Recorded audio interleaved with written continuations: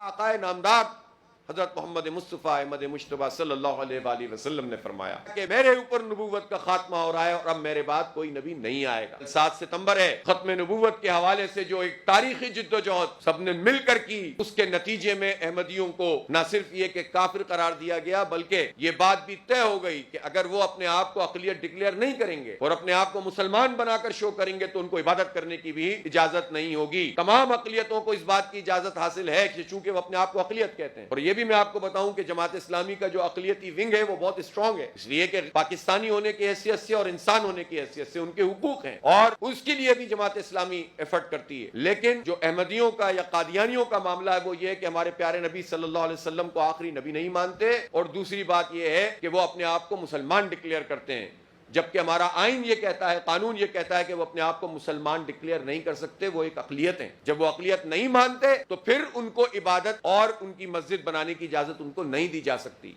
यही अभी पिछले दिनों सुप्रीम कोर्ट में भी केस चल रहा था। अल्हम्दुलिल्लाह दीगर उलमाए किराम की तरह जमात इस्लामी ने भी भरपूर मुकदमा लड़ा और उसमें फैसला फिर कोर्ट ने किया कि वो मुतनाज़ा पैराग्राफ उन्होंने वापस लेने का ऐलान किया। हम तफसीली फैसले का इंतजार कर रहे हैं। तो खत्म नबूवत के हवाले से जितनी स्ट्रगल इस पाकिस्तान में हुई, जितनी कोशिशें हुई, उसमें जो बहुत बुनियादी जो एक बुकलेट था, किताब थी, वो कादियानी मसला था, जो आज से तकरीबन यूं समझ लें कि 74 साल पहले सैयद अबुल आला मौदूदी रहमतुल्लाह अलैह ने लिखा था, जो जमात इस्लामी के बानी थे, और उसमें वाज़े तौर पर फिर कादियानियों का पूरा बैकग्राउंड बताया गया था। इसकी बुनियाद पर उन्हें गिरफ्तार कर लिया। इस जालिम हुकूमत थी, कैसे पाकिस्तान था कि इस्लाम के नाम पर बना, और इस बड़े काम के ऊपर गिरफ्तार कर लिया गया कोई भी बुनियाद बनाकर। लाहौर में मार्शल लॉ लग गया था उस वक्त भी, और फिर उसके बाद मौलाना मौदूदी को फांसी की सजा सुना दी गई।